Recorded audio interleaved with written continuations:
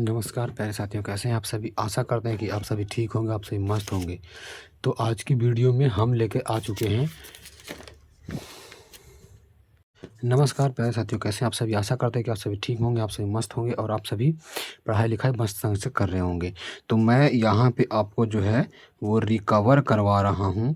मैं यहाँ पे आपको रिकवर करवा रहा हूँ जो भी आपके चैप्टर्स छूट चुके हैं क्लास में। जो भी आपके चैप्टर जो हैं वो छूट गए हैं क्लास में, उस चैप्टर को हम रिकवर करवा रहे हैं यहाँ पे, ठीक है। तो हमने पहला जो चैप्टर है कड़बक, पहला चैप्टर जो था वो कड़बक, कड़बक को हमने ख़त्म कर लिया है। कड़बक को ख़त्म कर लिया, जिसके लेखक हैं मलिक मोहम्मद जायसी। मलिक मोहम्मद जायसी जी, मलिक मोहम्मद जायसी जो के द्वारा रचित जो कड़बक है उसको हमने कल ख़त्म किया है।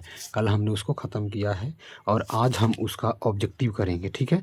आज हम उसका ऑब्जेक्टिव करेंगे और ऑब्जेक्टिव ख़त्म होने के बाद हम उसके लेके सब्जेक्टिव भी लेके चलेंगे। सब्जेक्टिव भी आपको करवाएंगे ताकि आपको एग्ज़ाम में, आपके आने वाले एग्ज़ाम में कोई भी पेपर एकदम से कोई भी क्वेश्चन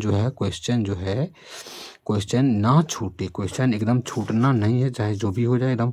इस बार 50 में 50 सही करके आना है। पिछले बैच के कई ऐसे स्टूडेंट्स मिले थे हमको जो कह रहे थे कि सर हमने 50 में से 50 सॉल्व कर लिया है और वो भी बिल्कुल सही बना दिया है। तो वैसे ही आप सभी को भी करना है, 50 में से 50 सॉल्व करना है और एकदम सही सॉल्व करना है, ठीक है। तो चलिए हम आज पहुंचते हैं अपने कड़बक के पहले क्वेश्चन की तरफ। तो ये रहा हमारा ऑब्जेक्टिव क्वेश्चन।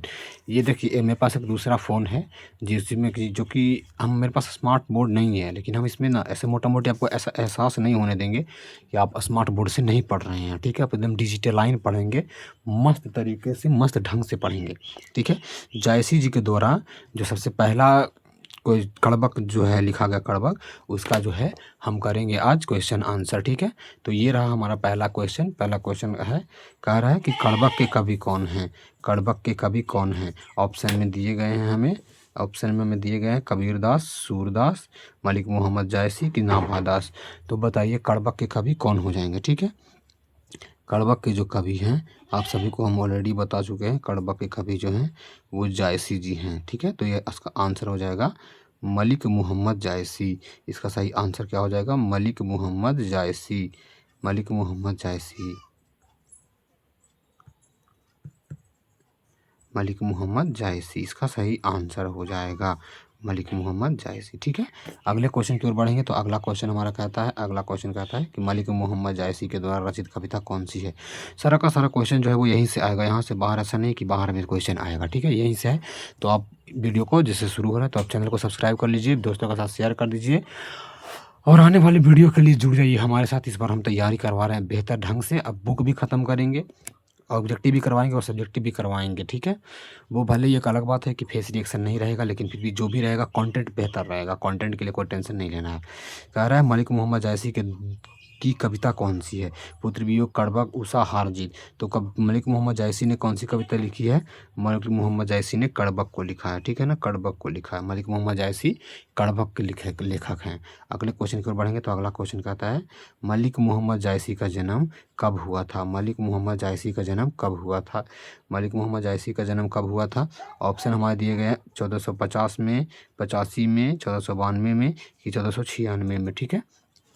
तो इसका जो राइट आंसर हो जाएगा 1492। 1492 यहाँ पे ऑप्शन में लिखेंगे, ऐसे आंसर देता था कि जायसी जी का जन्म जो हुआ है वो 1492 में हुआ है, 1492। और उसमें लिखा गया था क्या, अनुमानतः, अनुमानित मतलब अनुमानित ऐसे उनको उम्र को देख के, उनकी उम्र को देख के अंदाज़ा लगाया जाता था। उनकी उम्र को देख के अंदाज़ा लगाया जाता है कि उनका जो जन्म हुआ है वो कब हुआ था, 1492 अनुमानित में हुआ है, ठीक है। अगले क्वेश्चन की ओर बढ़ेंगे। तो अगला हमारा क्वेश्चन कहता है, अगला क्वेश्चन ये कहता है कि जायसी का जन्म किस प्रदेश में हुआ था। जायसी का जन्म किस प्रदेश में हुआ था। जायसी का जन्म किस प्रदेश में हुआ था, ये रहा हमारा अब क्वेश्चन। तो बताएंगे जायसी का जन्म किस प्रदेश में हुआ था। उत्तर प्रदेश, मध्य प्रदेश, ये रहा हमारा आंसर कि ऑप्शन कि उत्तर प्रदेश, मध्य प्रदेश, आंध्र प्रदेश की इनमें से कोई नहीं। तो जायसी का जन्म कहाँ पे हुआ था, कब्र अमेठी, उत्तर प्रदेश। इनका जन्म हुआ था ऐसे कब्र अमेठी, कब्र अमेठी, कब्र अमेठी, उत्तर प्रदेश। उत्तर प्रदेश, कब्र अमेठी उत्तर प्रदेश में इनका जन्म हुआ था, जायसी जी का, ठीक है ना, जायसी जी का जन्म हुआ था। अगले क्वेश्चन की ओर बढ़ते हैं। तो अगला हमारा क्वेश्चन कहता है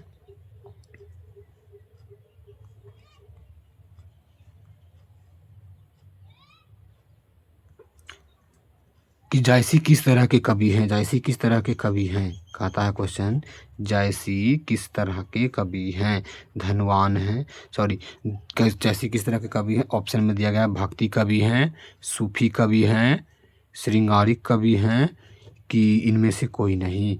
तो जायसी जी किस तरह के कवि हैं गए दोस्त, जायसी जी जो हैं वो सूफी कवि हैं, जायसी जी सूफी कवि हैं, ठीक है, जायसी जी बिल्कुल सूफी कवि हैं, ये हमारा सही आंसर हो जाएगा, जायसी जी एक सूफी कवि हैं, ठीक है। अगले क्वेश्चन की ओर बढ़ेंगे। तो अगला हमारा क्वेश्चन कहता है कि जायसी का जन्म स्थान कहाँ था, जायसी का जन्म स्थान कहाँ था, ठीक है। कह रहा है क्वेश्चन कि जायसी का जन्म कहाँ हुआ था। तो जायसी का जन्म कहाँ हुआ था, अमेठी में, जायसी का जन्म हुआ था कब्र अमेठी उत्तर प्रदेश में, ठीक है। अगले क्वेश्चन की ओर बढ़ेंगे। तो अगला हमारा क्वेश्चन कहता है कि जायसी के पिता का क्या नाम था, जायसी के पिता का क्या नाम था। तो अभी हमने बताया था जायसी के पिताजी का जो नाम था, जायसी के पिताजी का क्या नाम था, जायसी के पिता का क्या नाम था जी, जायसी के पिताजी का नाम था शेख ममरेज या शेख यमरेज, ठीक है। जायसी के पिता का नाम था शेख ममरेज या शेख यमरेज, ठीक है। जायसी के पिताजी का नाम था शेख ममरेज या शेख यमरेज, ठीक है। अगले क्वेश्चन की ओर बढ़ेंगे। तो अगला हमारा क्वेश्चन कहता है कि धन जायसी थे, जायसी क्या थे, जायसी थे, जायसी क्या थे। ऑप्शन में है धनवान है, पहलवान है, फ़कीर हैं, कि इनमें से कोई नहीं। जायसी क्या थे, तो जायसी जी ना बाबू फ़कीर थे, जायसी जी फ़कीर थे, ठीक है, जायसी जी फ़कीर थे, ठीक। अगले क्वेश्चन की ओर बढ़ते हैं। तो अगला हमारा क्वेश्चन कहता है कि जायसी हिंदी साहित्य में, कह रहा है क्वेश्चन, जायसी हिंदी साहित्य के किस काव्य धारा से जुड़े हुए हैं, जायसी हिंदी साहित्य के किस काव्य धारा से जुड़े हुए हैं। ऑप्शन में है ज्ञान मार्ग की शाखा, प्रेम मार्ग की शाखा, कृष्ण मार्ग की शाखा, की सगुन भक्ति धारा, सगुन भक्ति धारा। तो अगर जायसी किससे जुड़े हुए हैं, तो जायसी जुड़े हुए हैं प्रेम मार्ग की शाखा से, कह ही बताया थे प्रेम मार्ग की शाखा से जायसी जुड़े हुए हैं, जायसी जुड़े हुए हैं प्रेम मार्ग की शाखा से, ठीक है। अगले क्वेश्चन की ओर बढ़ेंगे। तो अगला हमारा क्वेश्चन कहता है कि जायसी रचित काव्य की भाषा कौन सी थी, जायसी के काव्य की कौन सी भाषा थी। क्वेश्चन ऑप्शन है खड़ी बोली, ब्रज भाषा, अवधी भाषा, की अरबी भाषा में। तो देखिए जायसी के द्वारा जो लिखा गया है उसका भाषा था अवधी, वो किस भाषा में था, अवधी भाषा में था, ठीक है, वो अवधी भाषा में था, ठीक। अगले क्वेश्चन की ओर बढ़ेंगे। तो अगला हमारा क्वेश्चन कहता है जायसी के काव्य का मुख्य रस क्या है, जायसी के काव्य का मुख्य रस क्या है, जायसी के काव्य का मुख्य रस क्या है। ऑप्शन में है हमारा वात्सल्य, श्रृंगार रस, वीर रस, की इनमें से कोई नहीं। थोड़ा सा स्पीड करेंगे ताकि आपको अच्छा लगे और ज़्यादा टाइम वेस्ट ना हो, ठीक है।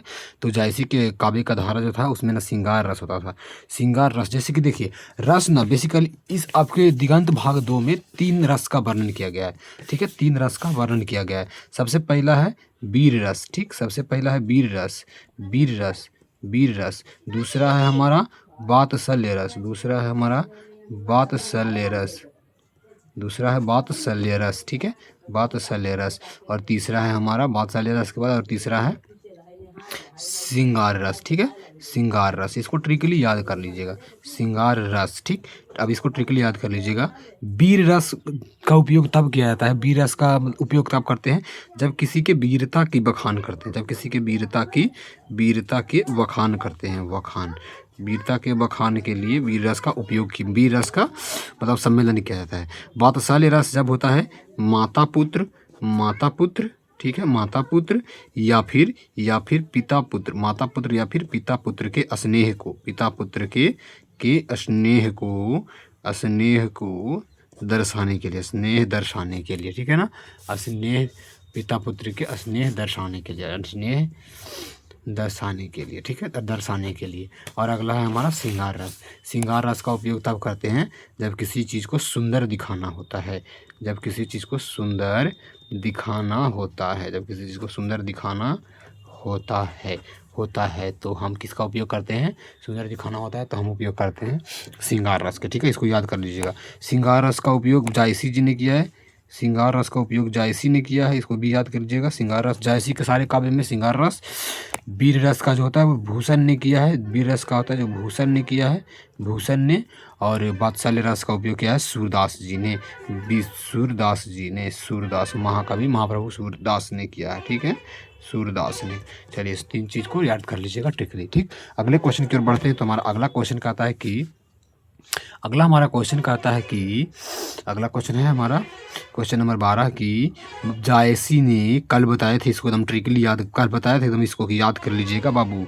जायसी ने राजा रतन सेन तथा पद्मावती के कथा को किस प्रकार से जोड़ा है, ऑप्शन है प्रेम द्वारा, भक्ति द्वारा, रक्त रूपी लेई द्वारा, कि इनमें से कोई नहीं।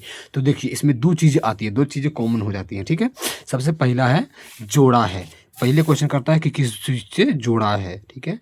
सबसे पहले पूछता है जोड़ा है, किस चीज़ से जोड़ा है, और दूसरा पूछता है कि किससे सींचा है, ठीक है ना, किससे सींचा है।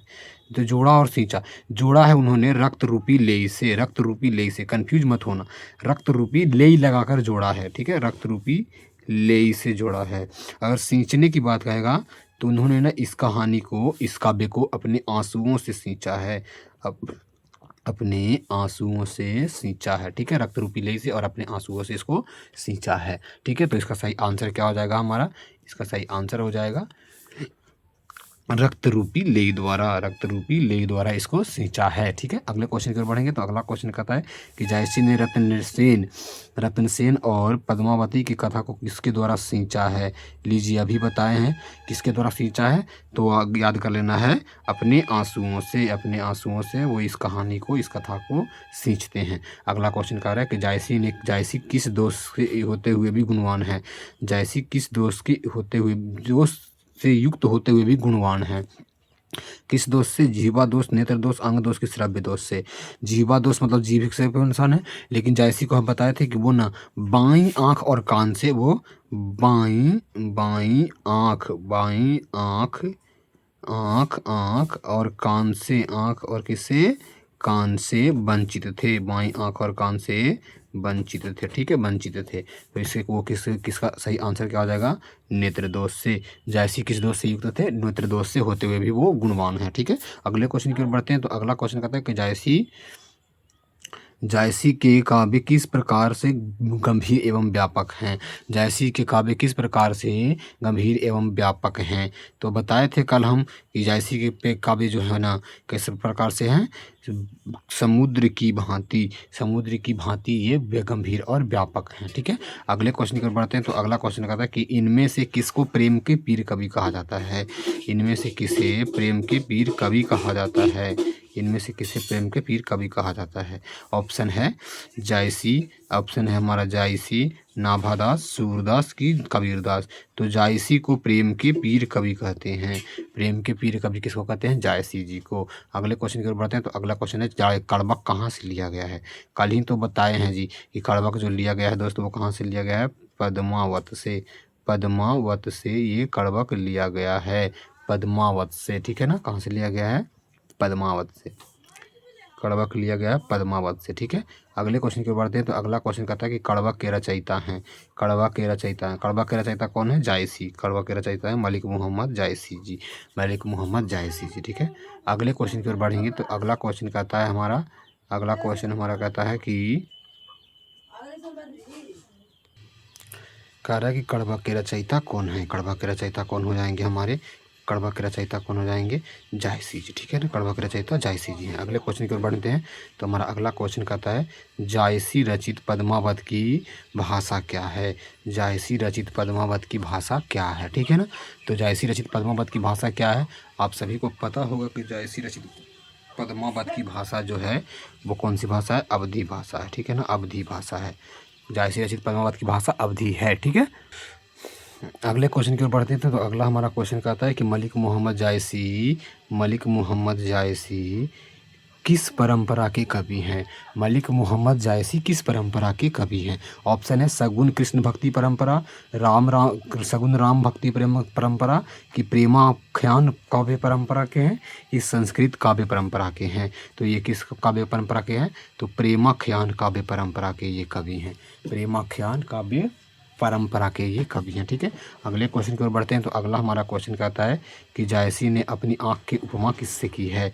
जायसी ने अपनी आँख की उपमा किससे की है? जायसी ने अपनी आँख की उपमा किससे की है? तो ये वाला बता सकते हैं आप लोग, क्योंकि ये सब पढ़ाया गया है। जायसी ने अपनी आँख की उपमा जो की है किससे की है बाबू? तो दर्पण से कहते हैं। एक नयन जस दर्पण, क्योंकि वो कहते हैं एक नयन जस दर्पण, एक नयन जस दर्पण। तो अपनी एक आँख की उपमा उन्होंने दर्पण से दिया। ठीक है ना। अगले क्वेश्चन की ओर बढ़ते हैं। तो अगला हमारा क्वेश्चन कहता है कि मलिक मोहम्मद जायसी किस शाखा के कवि हैं? मलिक मोहम्मद जायसी जी किस शाखा के कवि हैं? मलिक मोहम्मद जायसी किस शाखा के कवि हैं? ये हमारा अगला क्वेश्चन कह रहा है। तो आप क्या कहेंगे कि वो न राम मार्गी नहीं बल्कि प्रेम मार्गी शाखा के कवि हैं। वो ज़्यादातर ना प्रेम कहानियों को दर्शाते हैं। वो ज़्यादातर किसको दर्शाते हैं? प्रेम कहानियों को। ठीक है, जायसी जी प्रेम मार्गी शाखा के कवि हैं। ठीक है ना। अगले क्वेश्चन की ओर बढ़ेंगे। तो अगला हमारा क्वेश्चन कहता है कि कौन सी कीर्ति जायसी की है? अगला क्वेश्चन कहता है कि कौन सी कीर्ति जो है वो जायसी की नहीं है। निम्न में से कौन सी कीर्ति जायसी की नहीं है? हमारे ऑप्शन इस प्रकार से हैं कि पद्मावत है, अखरावट है, आखिरी कलाम है, कि मिर्गावती है। तो देखिए इसमें से ना, ये तो मान लीजिए ऑप्शन ए वाला इनके द्वारा रचित है, बी वाला भी इनके द्वारा रचित है, सी वाला आखिरी कलाम भी इनके द्वारा रचित है, लेकिन डी वाला जो है ये इनके द्वारा रचित नहीं है। तो हमारा सही आंसर हो जाएगा मृगावती। सही आंसर हो जाएगा मृगावती। ठीक है, अगले क्वेश्चन पर बढ़ते हैं। तो अगला हमारा 24 नंबर क्वेश्चन कहता है कि पद्मावत किसकी रचना है? पद्मावत किसकी रचना है? पद्मावत किसकी रचना है? ऑप्शन ए में है मुल्ला दाऊद की, कुतुबन की, जायसी की, मंडन की। तो पद्मावत किसकी रचना है? जायसी जी की। पद्मावत जो है रचना किसकी है? जायसी जी की है। ठीक है, अगले क्वेश्चन की ओर बढ़ेंगे। तो अगला हमारा क्वेश्चन है नहीं। तो देखिए जितना भी हम ऑब्जेक्टिव करवाए हैं ना, सारा का सारा इसी से आएगा, ऐसा नहीं कि इससे बाहर आएगा। ठीक है ना, इसी से जितना इस चैप्टर में जितना है वो सब इसी में से आएगा। तो आप क्या कीजिए ना, इस चैनल को सब्सक्राइब कर लीजिए। चैनल को आप एक बार सब्सक्राइब कर लीजिए सब मिलके, और दोस्तों के साथ वीडियो को शेयर कर दीजिए। और हम मिलते हैं आपसे अगली वीडियो में। तब तक के लिए जय हिंद, जय भारत।